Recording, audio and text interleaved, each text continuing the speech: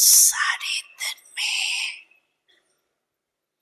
कितने बार करते हो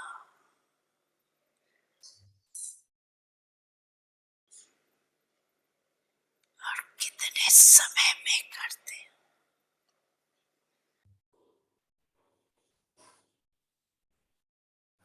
निराकारी और फरिश्ता बाप और दादा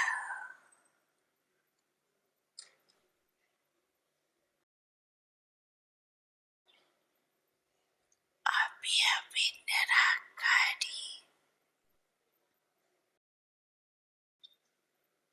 अभी अभी फरिश्ता स्वरूप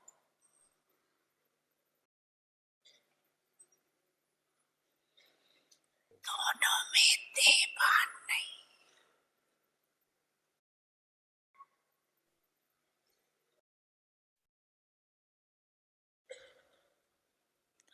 देवान से परे होना है तो ये रूहानी एक्सरसाइज कर्म करते भी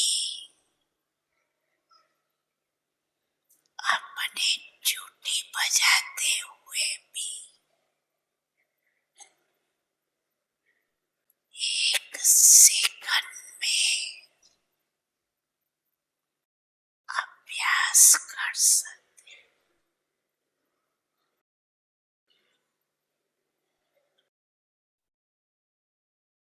ये एक नेचुरल अभ्यास हो जाए। अभी अभी निराकारी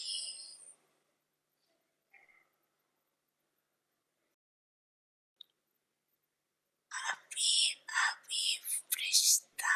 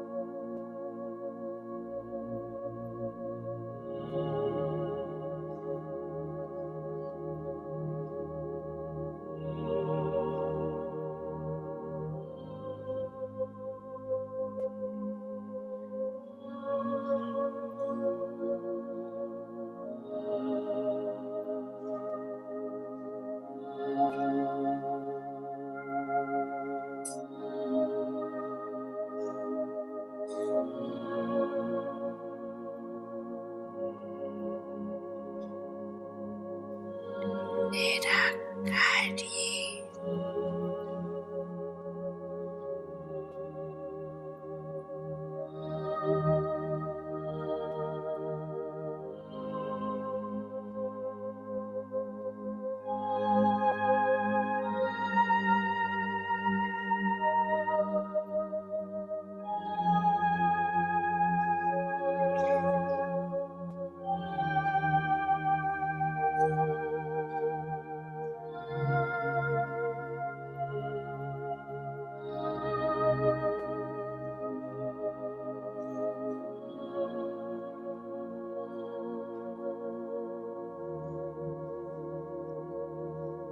फरिश्ता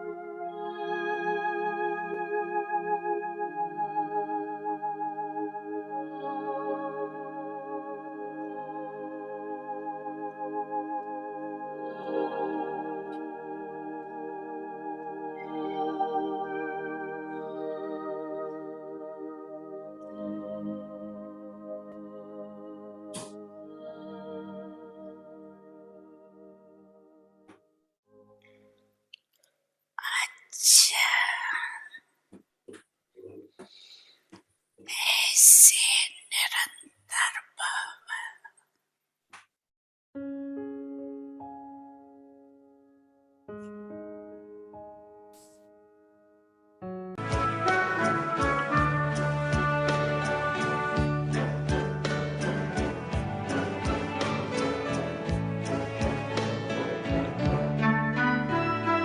ये रूहानी अंजुमन न्यारे नजारे हैं, ये फरिश्ते जो ज़मीं पे उतरे तारे हैं, ये उतरे तारे कितने प्यारे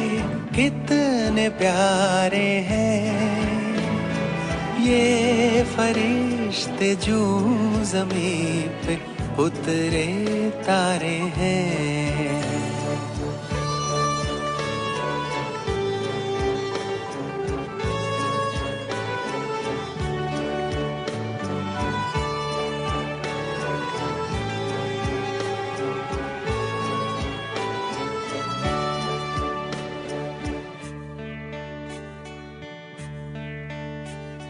सबसे पहले इन पे ही भगवान की नजरें पड़ी,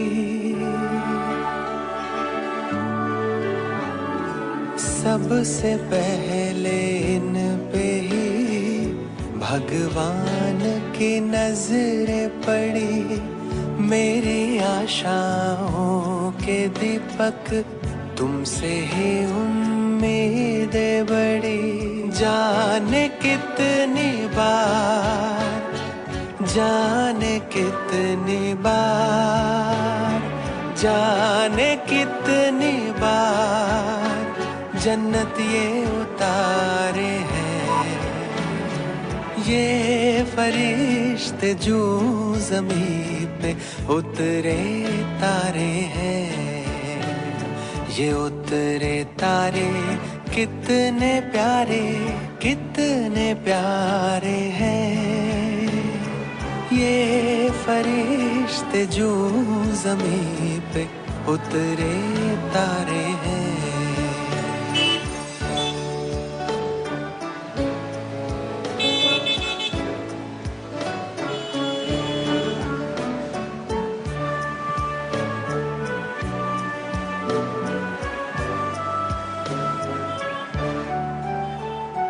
खुशियों भरा जीवन जहाँ सबका मन मुस्काएगा,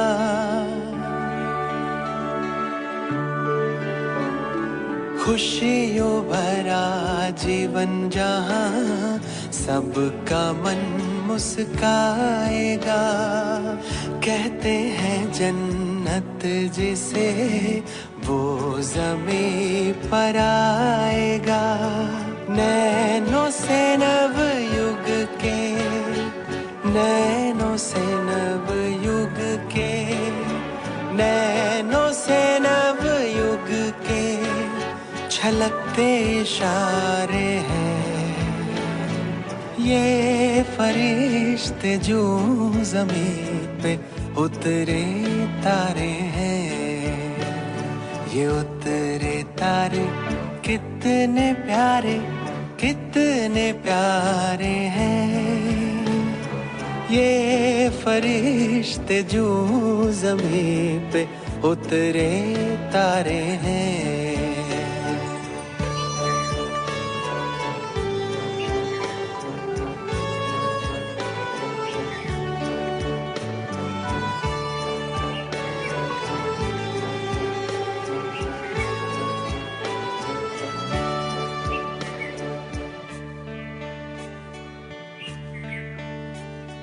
सब सुखी सबका भला ये शुभ संकल्प है।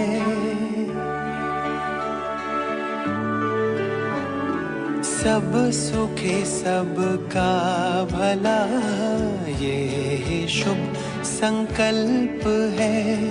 प्रभु से मिलाना जगत का करना काया कल्प है।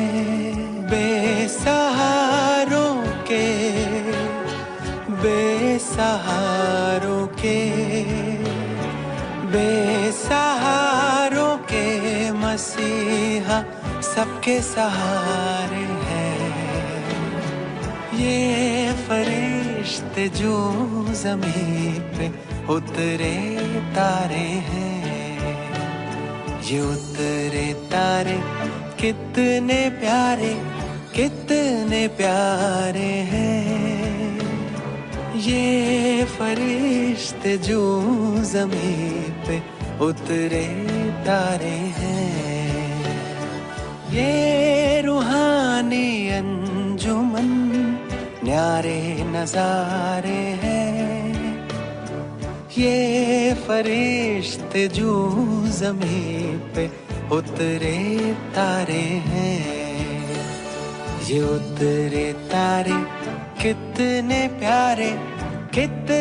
प्यारे हैं।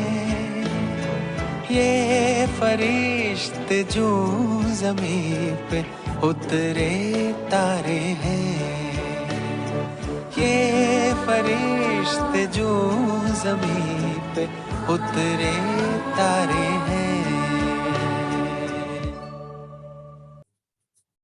ओम शांति, ओम शांति। आज बाबा की 17 जनवरी 2022 की मुरली है। बाबा आज हम बच्चों को कहते कि ज्ञान का सागर बाबा है और रोज हम बच्चों को ज्ञान से भरपूर कर रहे हैं।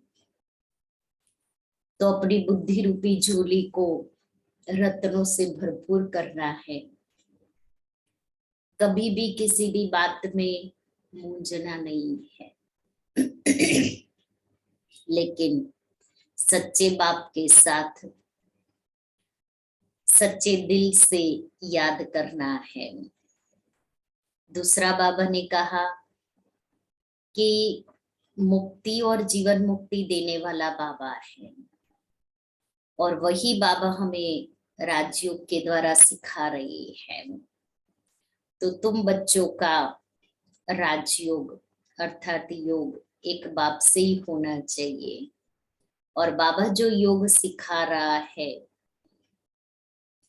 उसमें बाबा ने एक बात राजा जनक की सुनाई। तो राजा जनक को भी युक्ति दी थी कि जीवन में रहते जीवन मुक्त स्थिति का अनुभव कैसे करना है। हमें भी बाबा यही सिखा रही है कि जीवन बंध में होते भी जीवन मुक्त स्थिति का अनुभव कैसे करें। बाबा आज पूछ रहे हैं, शिव बाबा को भोलानाथ क्यों कहा गया है? शिव बाबा को भोलानाथ क्यों कहा गया है? उत्तर है, क्योंकि शिव बाबा सब बच्चों की बिगड़ी को 1 सेकंड में बना देते हैं। कहते भी है राजा जनक को सेकंड में जीवन मुक्ति मिली। तो एक जनक की बात नहीं, तुम सबको बाप 1 सेकंड में जीवन मुक्ति दे देते हैं। भारत की बिगड़ी को बना देते हैं। दुखी बच्चों को सदा के लिए सुखी बना देते हैं। इसलिए उन्हें सब भोलानाथ कहकर याद करते हैं। शंकर को भोलानाथ नहीं कहेंगे, क्योंकि शंकर का कार्य है विनाश का। मीठे बच्चे, प्यार से मुरली सुनो और सुनाओ। ज्ञान रत्नों से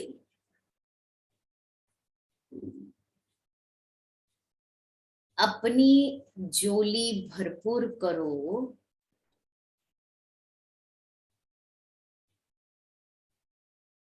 तब भविष्य में राज्य अधिकारी बनेंगे।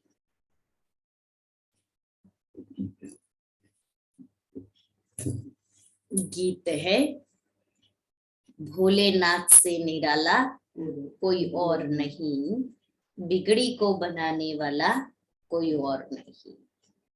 ओम शांति। भोलानाथ बाप का बच्चों प्रति पहले पहले डायरेक्शन है कि भोलानाथ की याद में रहो। तो अभी हम उस डायरेक्शन को फॉलो कर रहे हैं। हम अभी भोलेनाथ की याद में बैठे हैं। भोलानाथ अभी गोल्डन वर्शन सुना रहे हैं। जो बिगड़ी मनुष्य को भोला नहीं कहा जाता, भोलानाथ शिव बाबा को ही कहेंगे। शंकर को भी भोलानाथ नहीं कह सकते। जो बिगड़ी को बनाने अर्थात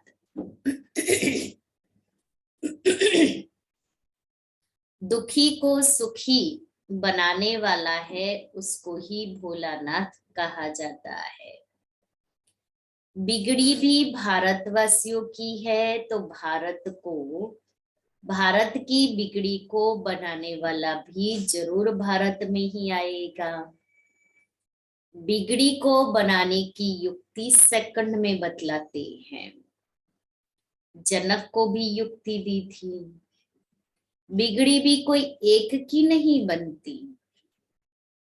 अगर जनक की बिगड़ी बनाई और उसने जीवन मुक्ति पाई तो जरूर राजधानी होगी, कोई एक ने तो नहीं पाई होगी। उसके साथ बहुतों को जीवन मुक्ति मिली होगी। भारतवासी यह भी समझते हैं भारत जीवन मुक्त था। जीवन मुक्त कहा जाता है स्वर्ग को, जीवन बंद कहा जाता है नरक को। यह है राजयोग। राजयोग से ही राजाई की स्थापना होती है, एक जनक की बात नहीं। भगवान ने राजयोग सिखाया तो राजाई भी दी है बरोबर। देखते हैं सतयुग के लक्ष्मी नारायण ने राजाई कैसे पाई। अभी तो है कलयुग,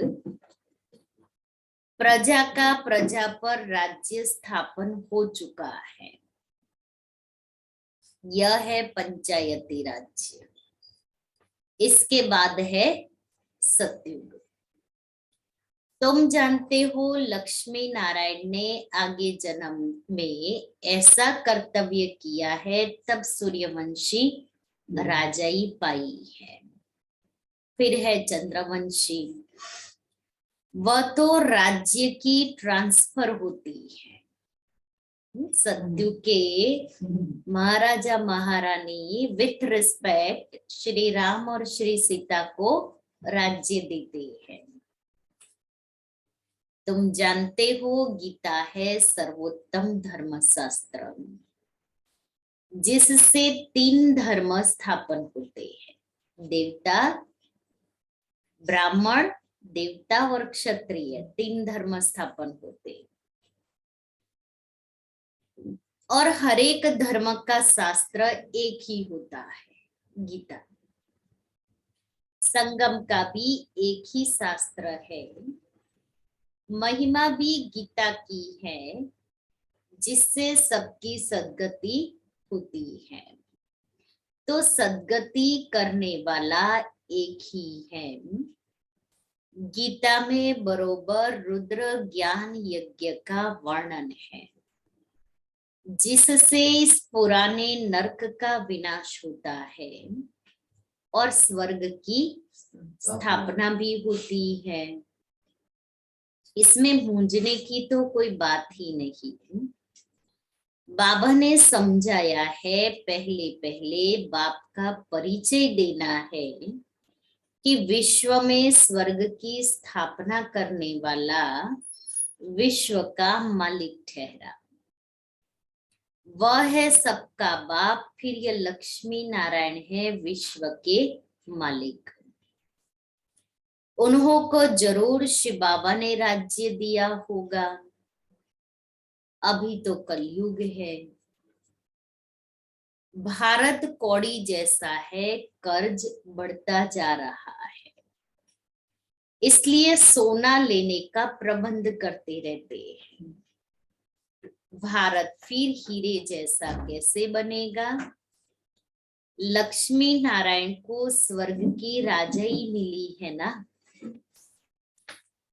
यह भी तुम बच्चे जानते हो, गालियां तो खाना ही है।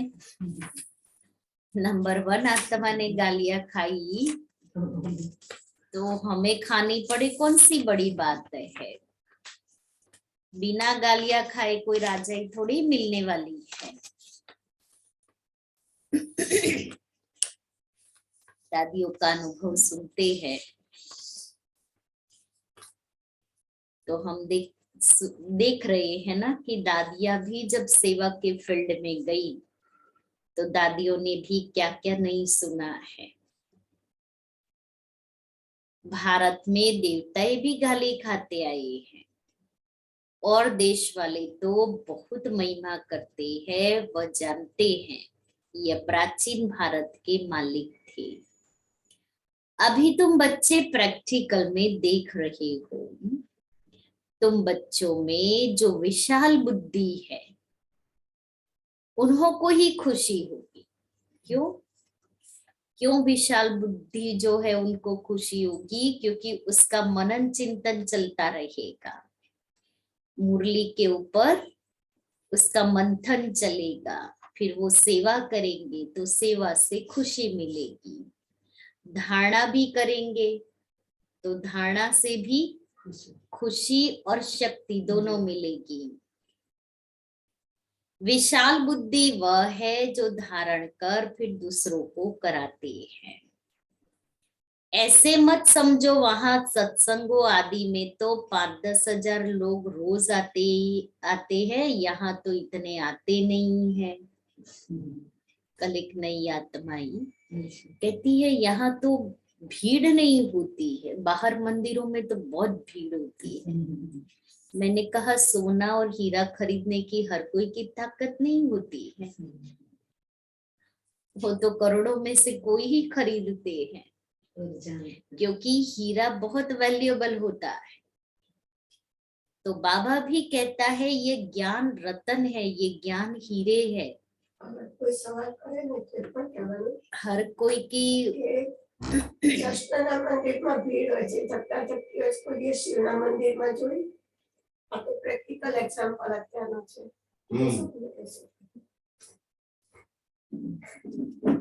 तो भक्ति तो वृद्धि को जरूर पाती रहेगी, इसलिए वहां भीड़ होगी। उनसे यह कलम लगता रहेगा, जिन्होंने कल्प पहले समझा है वही इन बातों को समझ सकते हैं। लोग तो कथा सुनाते हैं और सुनने वाले सुनकर घर चले गए, बस सतवचन महाराज करते रहते हैं। हाँ, बहुत सरस बात है। यहाँ तो कितनी मेहनत करनी पड़ती है। आजकल तो लोगों की वाक्पटुता बहुत अच्छी होती है, तो बहुत लोग उनकी कथा में जाते हैं और एक एक कथा करने का वो कितना पैसा लेते हैं, कथा सुनाने का पैसा। अब सोचो, अपना तो ज्ञान है नहीं, वो शास्त्रों का ही ज्ञान, शास्त्रों की भागवत की कथाएं सुनाते हैं, लेकिन उसके लिए पैसे लेते हैं। तो बाबा कहता है यहाँ तो कितनी मेहनत करनी पड़ती है, पवित्रता पर कितने हंगामे होते हैं। गवर्नमेंट भी कुछ नहीं कर सकती, यह पांडव गवर्नमेंट तो गुप्त है। हम गुप्त में अपनी राजधानी स्थापन कर रहे हैं जो किसी को भी पता नहीं है। अंडरग्राउंड सेना एक नाम है, तुम शक्ति सेना गुप्त हो, तुमको कोई समझ न सके, तुम हो नॉन वायलेंस शक्ति सेना। तुम शक्ति सेना, इसका अर्थ भी कोई समझ न सके, गीता की अक्षर का भी अर्थ समझ न सके। बाप खुद बोलते हैं यह नॉलेज प्राय लोप हो जाती है। लक्ष्मी नारायण में भी यह ज्ञान नहीं रहता। मैं जो यह ज्ञान सुनाकर राजधानी स्थापन करता हूँ वह कोई की भी बुद्धि में नहीं है। यह बाबा भी गीता आदि पढ़ते थे, परंतु यह बातें थोड़ी बुद्धि में थी। अभी देखो सेंटर्स भी कितने खुलते जाते हैं। पवित्रता पर विघ्न भी पड़ रहे हैं प्रैक्टिकल में, आगे भी पढ़ते थे। उन गीता पाठशालाओं में विघ्न की बात नहीं रहती। यहाँ तो तुम ब्रह्मा कुमार कुमारी बनते हो, यह अक्षर तो गीता में भी नहीं है। यह भी समझ की बात है। प्रजापिता ब्रह्मा के बच्चे ब्रह्मा कुमार कुमारी तो हर एक मनुष्य है, न कि सिर्फ भारतवासी, परंतु सारी सृष्टि के मनुष्य सब है। सभी प्रजापिता ब्रह्मा को एडम कहते हैं। जानते हैं वह मनुष्य सृष्टि का पहला हेड है, ह्यूमैनिटी स्थापन करने वाला है। ऐसे नहीं कि सृष्टि होती ही नहीं फिर पैदा हुई फिर ब्रह्मा पैदा हुआ, उनके मुख से मनुष्य रचे जाते हैं। नहीं, अगर कोई भी मनुष्य न हो तो फिर मुख वंशावली भी पैदा हो ना सके। इसलिए परिवर्तन होता है, खत्म हो जाए फिर नया पैदा हुए ऐसा नहीं है। न ब्रह्मा मुख वंशावली न ब्रह्मा कुख वंशावली हो सके। सृष्टि तो सारी है, उनकी कलम लगाई जाती है। यह नई नई बातें समझने की है। किसकी बुद्धि में बैठने में टाइम लगता है। कोई तो 1 मास में भी खड़े हो जाते हैं। जैसे देखो बेंगलोर के अंगना बच्चे को कितना नशा चढ़ा हुआ था, जो हमारे पास 20 वर्ष वालों को भी नशा नहीं है। अंगना भाई था, खुशी में डांस करता था। भगवान मिल गया, खुशी की बात है ना। भगवान आकर रक्षा करते हैं माया से, फिर स्वर्ग की राजाई स्थापन करते हैं। बाबा तो बहुत क्लियर समझाते हैं। मैं इस साधारण तन द्वारा फिर से तुम बच्चों को वही सहज राजयोग और सृष्टि चक्र के आदि मध्य अंत का ज्ञान समझाता।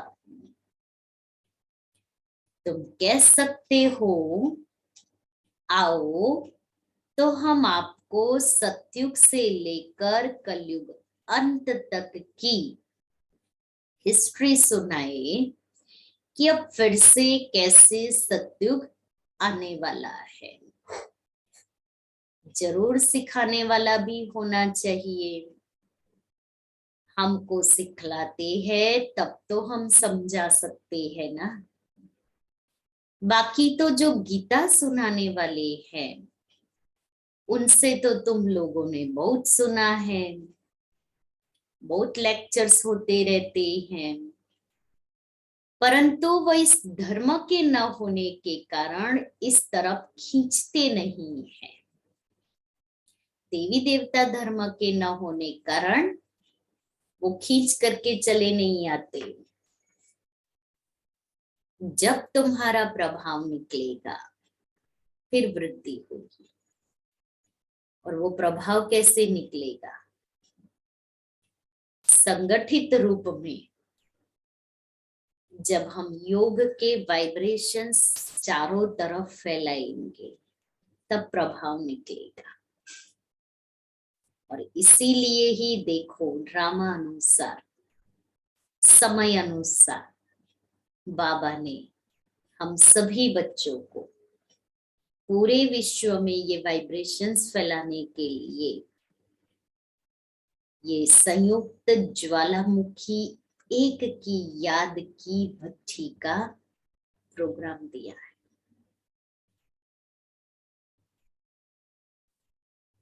और मैं देख रही हूँ, मैंने बहुत देखा, हर सेंटर पर ऐसे ज्वाला बन करके बैठ जाते हैं समय पर।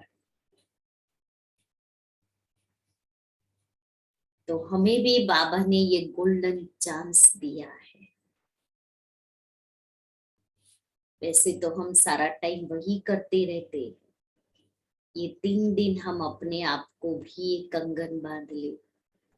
एक दिन पूरा हुआ, अभी हमारे पास 2 दिन और है। हम इस 2 दिन में हमारा भी तो ये सहयोग होना चाहिए ना, विश्व के वातावरण को पवित्र बनाने में। ये सहयोग भी हमें देना है। ये भी हमें हमारे खाते में जमा करना है कि विश्व के वायुमंडल को पवित्र बनाने में मैंने कितना सहयोग दिया, मेरा उसमें कितना कंट्रीब्यूशन रहा।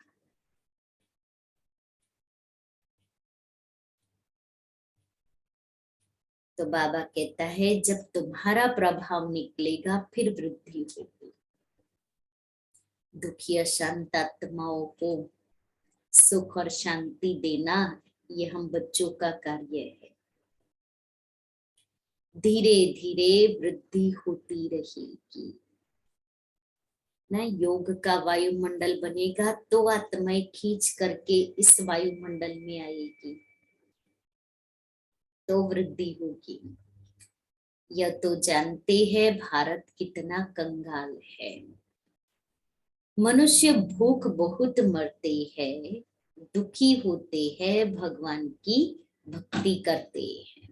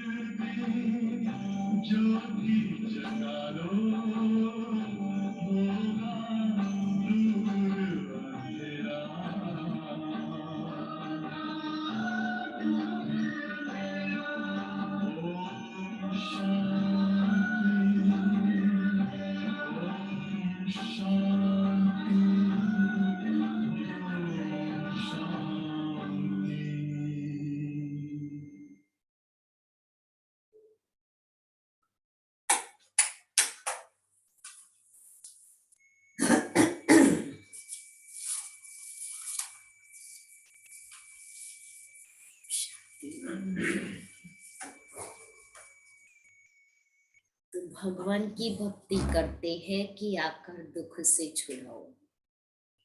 तुम बच्चे जानते हो सुखी सृष्टि कब होती है। यहाँ तुम बच्चों की झोली भर रही है इस अविनाशी ज्ञान रत्नों से। आगे तो सब सुनते सुनाते थे, परंतु उसमें झोली भरने का प्रश्न नहीं।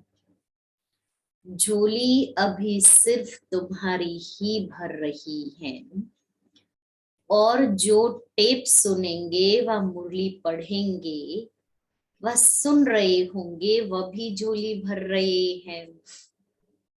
तुम हो शिव शक्ति सेना, भारत की झोली भरने वाले। भारत बहुत शाहूकार हो जाएगा, परंतु जो झोली भरते हैं राज्य तो सिर्फ वही करेंगे। भारत सोने की चिड़िया थी, फिर बन जाएगी, सभी सुखी होंगे। परंतु भारत में कितने करोड़ हैं, इतने सब तो वहां नहीं होंगे। जो झोली भरते हैं राज्य भाग्य तो वही लेंगे। अभी ज्ञान रत्नों से झोली भर करके जो आत्माएं धारण करती हैं उन रत्नों को, वही वहां आएंगे। इसमें मूंझने की बात ही नहीं कि कैसे होंगे। अरे लक्ष्मी नारायण को देखो ना, यह सत्युग के मालिक है ना। स्वर्ग का रचयिता है शिव बाबा, और ये लक्ष्मी नारायण सत्युग के मालिक है। जरूर आगे जन्म में पुरुषार्थ किया है, आगे वाला जन्म होगा संगम पर। तो सत्युग की शुरुआत अभी ये पहले संगम युग के जन्म से होती है।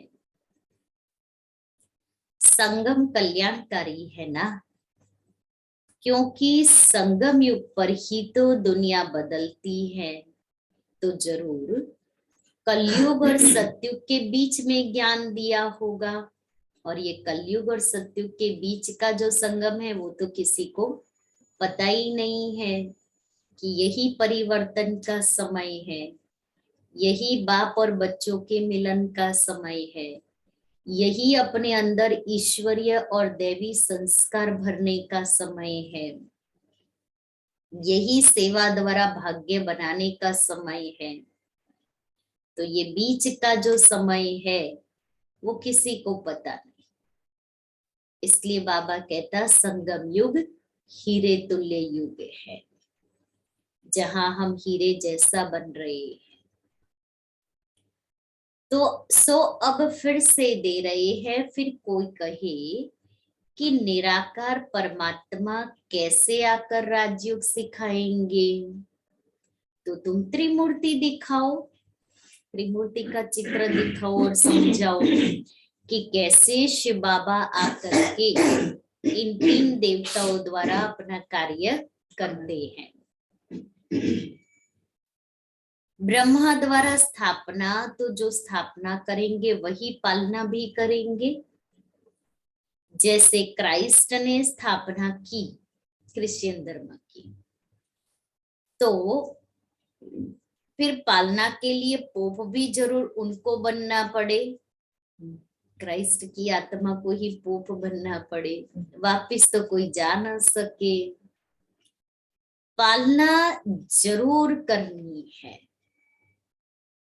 शिव बाबा भी ब्रह्मा के द्वारा धर्म स्थापन कराते हैं, नए धर्म की कलम लगवाते हैं संगम पर, फिर उस धर्म की पालना भी कराते हैं। तो अभी भी बाबा ब्रह्मा, शिव बाबा ब्रह्मा द्वारा कराते हैं, और फिर सतयुग में भी देवी देवता धर्म होगा। सतयुग त्रेता में तो लक्ष्मी नारायण के द्वारा पालना होती है।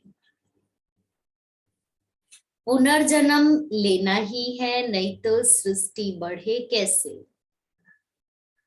जबकि सतयुग त्रेता में पहले देवताओं का राज्य था, तो सबसे जास्ती आदमशुमारी भी जरूर इन्हों की होनी चाहिए।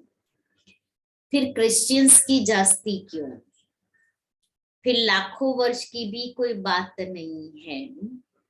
यह कब बातें समझेंगे, वह यह सब बातें समझेंगे वही जो अपने घराने के होंगे, जो दैवी घराने की आत्माएं होगी, वो इन सब बातों को समझ सकेगी। औरों को तीर लगेगा नहीं। ये ज्ञान का तीर है ना, वो वाला तीर थोड़ी ही है। बाबा कहते हैं भले किसको भी ले आओ तो ज्ञान बाण लगाए, होगा ब्राह्मण कुल का तो तीर लगेगा। शास्त्रों में दिखाते हैं लड़ाई में यादव कौरव मारे गए, पांडव 5 थे, फिर हिमालय पर जाकर गल मरे। अब ऐसे तो हो नहीं सकता, तो फिर लड़ाई किस लिए की। जाना ही था तो पहले चले जाते, इतना विनाश क्यों किया।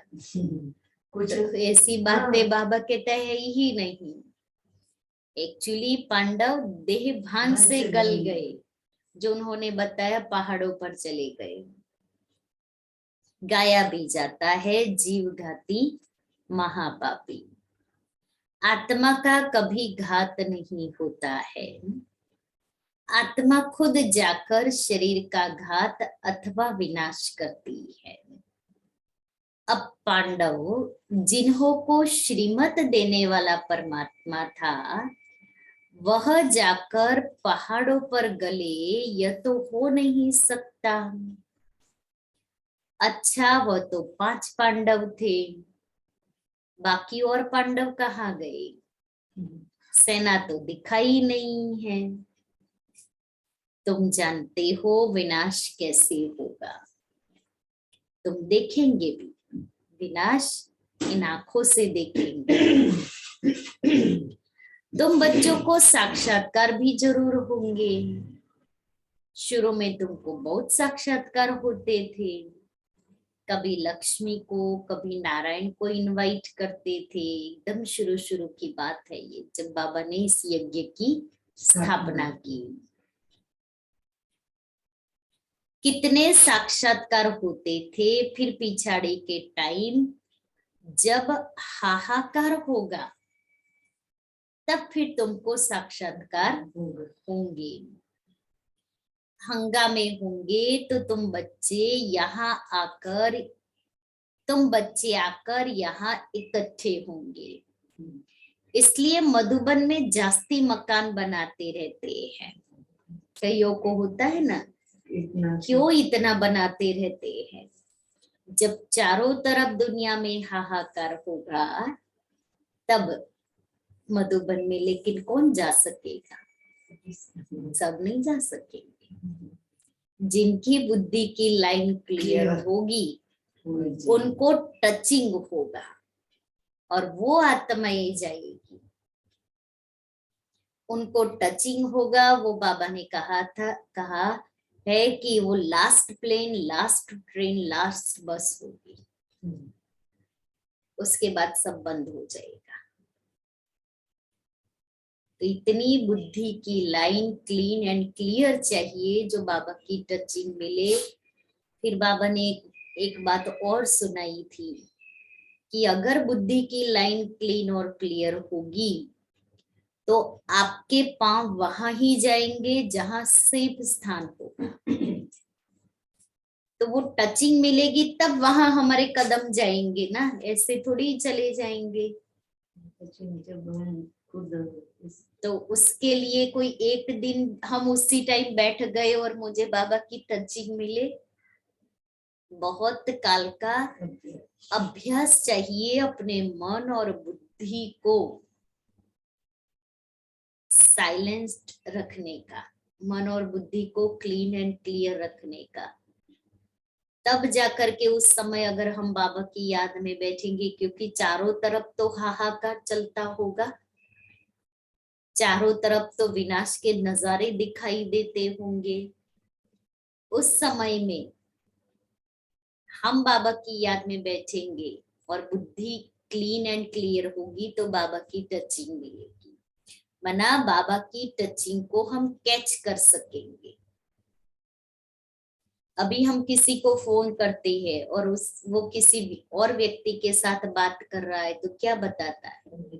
बिजी है, बिजी है, बिजी है। अगर उस समय भी हमारा भी मन बुद्धि का तार किसी और के साथ एंगेज होगा ना, तो बाबा हमारे को फोन करता रहेगा, लेकिन सारी मिस कॉल ही जाएगी। उस कॉल को रिसीव करने के लिए मुझे अपने मन और बुद्धि को फ्री रखना होगा।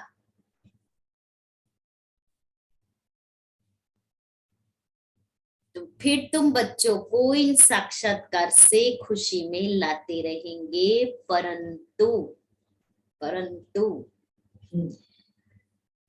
मासी का घर नहीं है जो सब यहाँ आ जाए।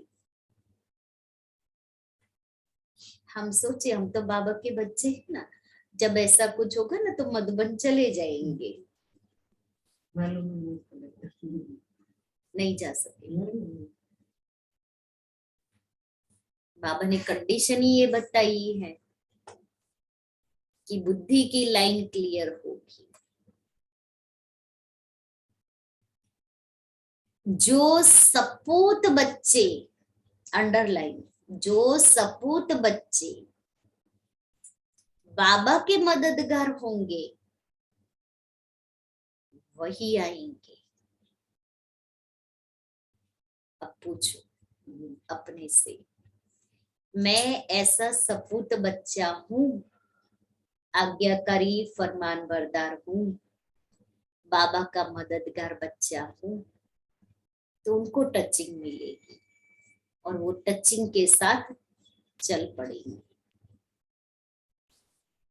अगर पांडवों के गलने की बात होती तो फिर मकान ही क्यों बनाते? कोई भी बात में मूंझते हो तो अनन्य बच्चों से पूछ सकते हो, नहीं तो ये ब्रह्मा बाबा बैठा है, ये नहीं बता सकता तो बड़ा बाबा बैठा है, बड़ा बाबा शिव बाबा। यह तो समझाया है कि अभी बहुत कुछ समझने का बाकी है। અત્યારે तो वो कहते हैं कहावत है गुजराती में, पाशेरामा पहली पोड़ी। इतना ही समझे, अभी तो बहुत कुछ समझने का बाकी है। सारे चक्र का राज बाबा समझाते रहते हैं, कितने पॉइंट्स निकलती रहती है। अर्जुन टाइम पड़ा है तो जरूर और भी समझाना होगा, परंतु पहले मूल बात ये जरूर लिखना है, एकदम ब्लड से लिखवाना है कि हमको निश्चय है कि बरोबर परमपिता परमात्मा पढ़ाते हैं। जगदीश भाई से बहनों ने ये ब्लड से लिखवाया था कि आप लिखो, मुझे निश्चय है कि परमपिता परमात्मा शिव प्रजापिता ब्रह्मा के तन में आकर के उनके मुख से सच्चा सच्चा गीता ज्ञान देते हैं, ऐसा कुछ लिखवाया था, ब्लड से लिखवाया। फिर वो पोस्ट उन्होंने गुड्स ट्रेन में भेज दी और जगदीश भाई रोज पूछे, बाबा का जवाब आया, बाबा का जवाब आया, बाबा ने बुलाया मिलने के लिए। बहुत बाबा से मिलने की बहुत तड़प थी उनको। फिर रोज पूछते थे, रोज पूछे। एक दिन कहा मुझे तो जाना है, तो बहनों ने फिर कुंज दादी ने कोर्स कराया था जगदीश भाई को, तो फिर बाबा को तार किया। उस समय तो तार का जमाना था। तो बाबा ने तो कहा, बच्ची, अरे बाबा तो कब से बच्चे का इंतजार कर रहा है, बच्चे को जल्दी लेके आओ। हाँ, भाइयों में पहला जब सेवा की शुरुआत हुई तो सबसे पहला पहला कुमार जगदीश भाई निकले। और बाबा तो हर आत्मा की जन्म पत्री को जानता है कि आत्मा भविष्य में क्या सेवा करने वाली है। और बाबा का लाडला बच्चा बन गया अपनी धारणाओं से, अपनी सेवाओं से। बहुत सेवाएं की है। अभी रात को सुनते हैं ना, भाग्य विधाता भगवान, बाबा के साथ के अनुभव। उसमें जगदीश भाई का 2 दिन पहले ही अनुभव सुना था, याद है ना? हाँ, उस दिन। हाँ, तो 2 दिन पहले ही जगदीश भाई का बाबा के साथ का अनुभव पढ़ा था। तो बाबा कहता है, यह तो समझाया है कि अभी बहुत कुछ समझने का बाकी है। सारे चक्र का राज बाबा समझाते रहते हैं, कितने पॉइंट्स निकलती रहती है। अजून टाइम पड़ा है तो जरूर और भी समझाना होगा, परंतु पहले मूल बात ये जरूर लिखाना है, एकदम ब्लड से लिखवाना है। ऐसे नहीं सिर्फ लिखने से ही बदल जाते हैं। कहते हैं हमने तो ऐसे ही लिख दिया, जास्ती कोई से माथा नहीं मारना है। बोलो भगवान वाच, भगवान हम शिव बाबा को मानते हैं, वो ज्ञान का सागर सतचित है, उनको अपना शरीर तो है नहीं, तो जरूर साधारण तन का आधार लेंगे ना। तो पहले पहले बाप कहते हैं, मामेकम याद करो, देह के सब धर्म छोड़ मुझे याद करो, तो विकर्म विनाश होंगे और मेरे पास चले आएंगे। और चक्र को याद करने से चक्रवर्ती राजा बनेंगे। बाबा कितना मीठा है, और बनाते भी देखो कितना मीठा है। सत्युग की निशानियां है, वह फिर रिपीट जरूर होगी। कलयुग भी है, अभी तुम राजयोग सीख रहे हो, विनाश सामने खड़ा है, और क्या सबूत देवे? अभी और कौन सा सबूत चाहिए? अच्छा, मीठे मीठे सिक्के लेते बच्चों प्रति माता पिता बाप दादा का याद प्यार और गुड मॉर्निंग। रूहानी बाप की रूहानी बच्चों को नमस्ते। हम रूहानी बच्चों की रूहानी बाप दादा को याद प्यार गुड मॉर्निंग और नमस्ते। धारणा के लिए मुख्य सार, पहला, बाप समान बनना है।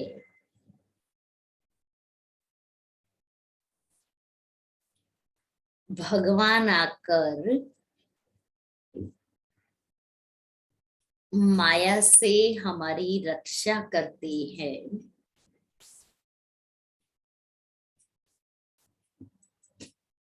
इस खुशी में रहना है।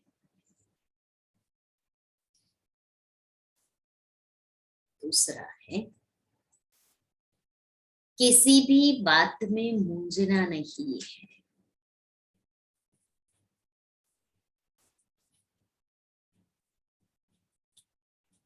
सपूत बच्चा बन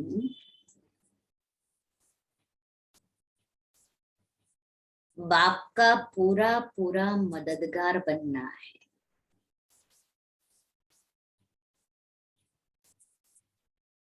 वरदान है, ब्रह्मा बाप के संस्कारों को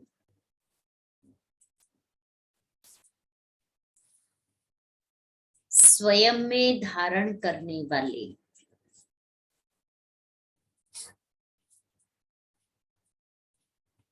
स्व परिवर्तक सो विश्व परिवर्तक भव।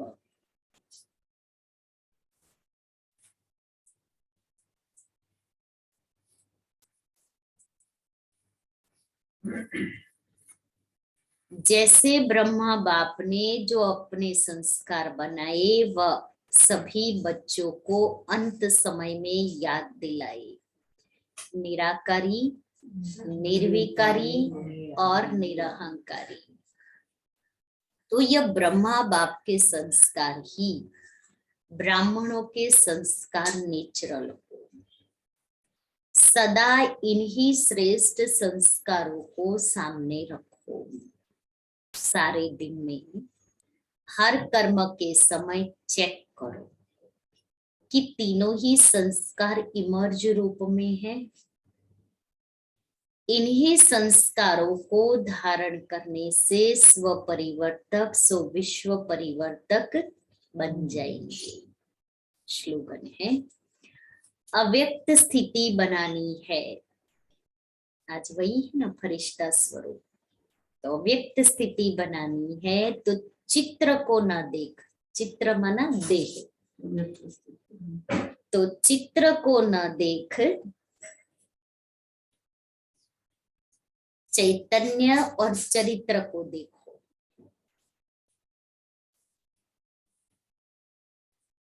लवलीन स्थिति का अनुभव करो। बाप का आप बच्चों से इतना प्यार है जो जीवन के सुख शांति की सब कामनाएं पूर्ण कर देते हैं। बाप सुख ही नहीं देते लेकिन सुख के भंडार का मालिक बना देते हैं। साथ साथ श्रेष्ठ भाग्य की लकीर खींचने का कलम भी देते हैं। जितना चाहे उतना भाग्य बना सकते हो, यही परमात्मा प्यार है। इसी प्यार में समाये रहो। ब्रह्मा बाप समान संपन्न संपूर्ण बनने की पॉइंट। ब्रह्मा बाप ने मधुबन में रहते कभी यह संकल्प नहीं किया कि मेरा तो सिर्फ मधुबन है, बाकी पंजाब, यूपी, कर्नाटक आदि बच्चों के हैं। तो हदों की एरिया के बंधन से निकल बेहद में रहो। ब्रह्मा बाप से प्यार है तो फॉलो फादर करो। मेरे को तेरे में, हद को बेहद में समा दो। सबके संकल्प, बोल, सेवा की विधि बेहद की अनुभव हो। जो भी आपको देखे बेहद के बादशाह का नशा अनुभव हो। हद की दिल वाले बेहद के बादशाह बन नहीं सकते, इसलिए बेहद की दिल वाले, बेहद की बुद्धि वाले, बेहद की वैराग्य वृत्ति वाले बनना है। और बताया था कि सेंटर पे कोर्स करना है तो इतना जल्दी आ जाना, तो वो चल कर आ जाती। कल 18 जनवरी है, तपस्या का दिन, विशेष तपस्या का दिन। तपस्या मास में भी तपस्या दिन कल का। ब्रह्मा बाप की भुजाओं में समाये रहे। ब्रह्मा बाप के समान संपन्न और संपूर्ण बनने की तपस्या करे। फरिश्ता बने, लाइट हाउस, माइट हाउस बन करके उड़ते रहे। अमृत वेले से ही हम अपने मन को और मुख को मौन रखेंगे, तपस्या करेंगे और बाबा की यादों में, बाबा के प्यार में समाये हुए रहेंगे। सुबह में अमृत वेला 3 से 5। कल सारा दिन लाइट हाउस, माइट हाउस बनकर की कल की थीम है। और 3 से 5 अमृत वेला, फिर 6 से 8 मुरली क्लास और योग। फिर हम यहाँ 9:30 बजे से योग शुरू करेंगे, 9:30 से 11:30 बजे तक। उसके बाद में शाम को 4 बजे से बाबा मिलन पूरा होता है, तब तक योग रहेगा। और आज सारा दिन की दिनचर्या, आज हमारा दिन है फरिश्ता स्वरूप का अनुभव करना, फरिश्ता स्थिति बनाना, फरिश्ते बनना। तो भी 7:30 से 8 बजे तक योग करेंगे, फिर 10 बजे से 12 बजे तक, और शाम को 3:30 से 4:30, फिर 5:30 से 7:30 और 8:30 से 9:30 बजे तक।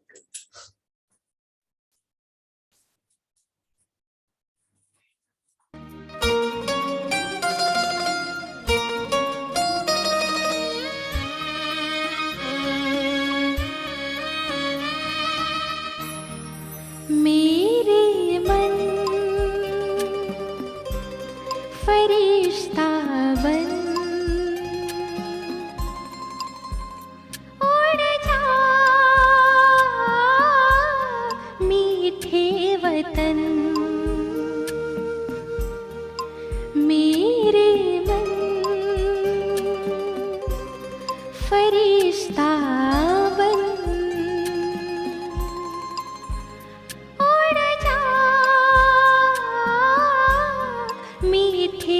वतन, हो कर के मगन ले दिल की लगन, हो कर के मगन ले दिल की लगन, प्रभु से मनाने मिलन।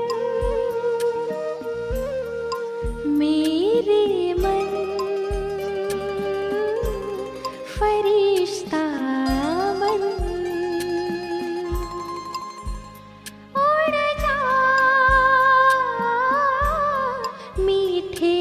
वतन।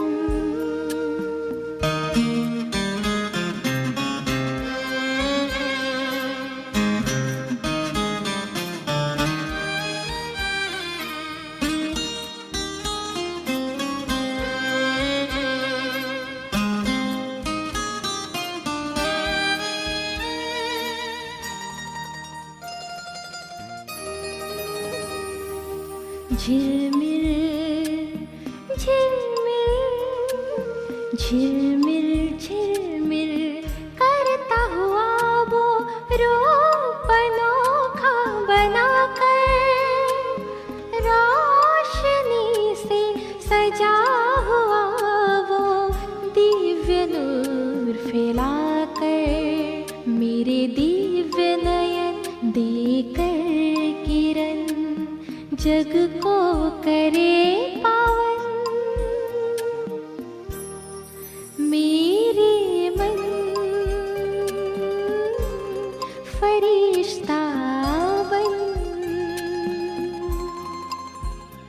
उड़ जा मीठे वतन।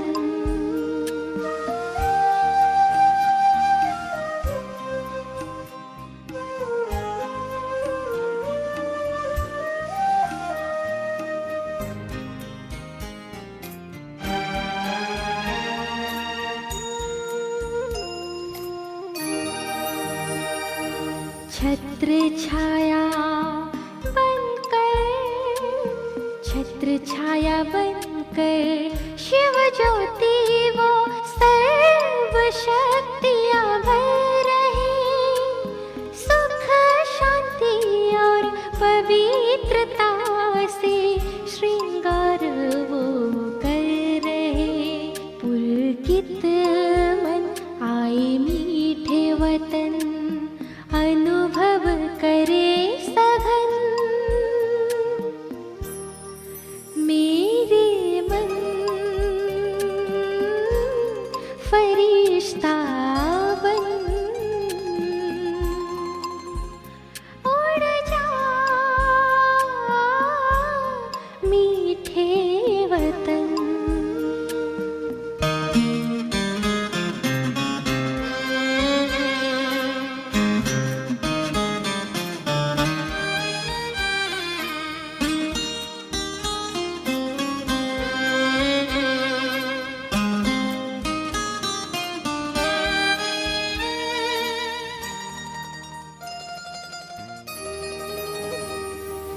दिव्य प्रकाशित दिव्य प्रकाशित पंख लगाए मैं तो उड़ रहा हूँ परम सुखों के खजानों से संपन्न हो रहा हूँ सारे जग को मैं दे रहा हूँ सुख शांति की किरण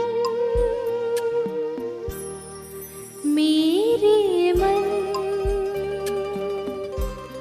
फरिश्ता बन उड़ जा मीठे वतन मेरे मन फरिश्ता बन उड़ जा मीठे वतन उड़ जा मीठे वतन उड़ जा मीठे वतन।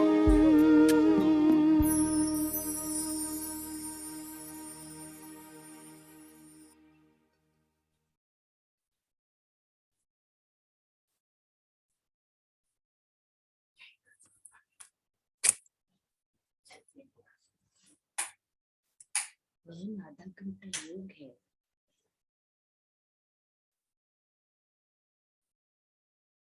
आधा घंटा योग है।